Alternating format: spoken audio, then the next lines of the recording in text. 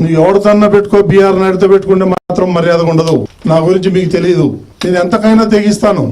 మేము మొట్టమొదటి సమావేశంలోనే, బోర్డు సమావేశంలోనే మేము అందరు కూర్చొని బోర్డు మెంబర్కి 20 టికెట్లు రోజుకి, చైర్మన్ 100 టికెట్లు అని నిర్ణయం తీసుకున్నాం. నేను ఏనాడు కూడా 100 టికెట్లు వాడలేదు, సగమే వాడతా. ఎందుకంటే నేను అర్ధరాత్రి పూట క్యూ లైన్ లేకపోతే అక్కడ ప్రజలు పడే బాధలు వర్ణనాతీతం. చిన్న చిన్న చంటి పిల్లలు వేసుకొని 20 గంటలు 22 గంటలు వాళ్ళు క్యూ లైన్ లో ఉండి చాలా ఇబ్బందులు పడుతున్నారు. అది చూసి నాకు బాధేసి ఒక విఐపి వెళ్ళి దర్శనం చేసుకొచ్చే లోపల 25-30 మంది సామాన్య భక్తులు దర్శనం చేసుకుంటారు. అది నా కాన్సెప్ట్. ఒక్కొక్క రోజు 95,000 మంది దర్శనం చేసుకుంటున్నారు. సామాన్యులు మేమేసినట్టు పెద్ద పీట.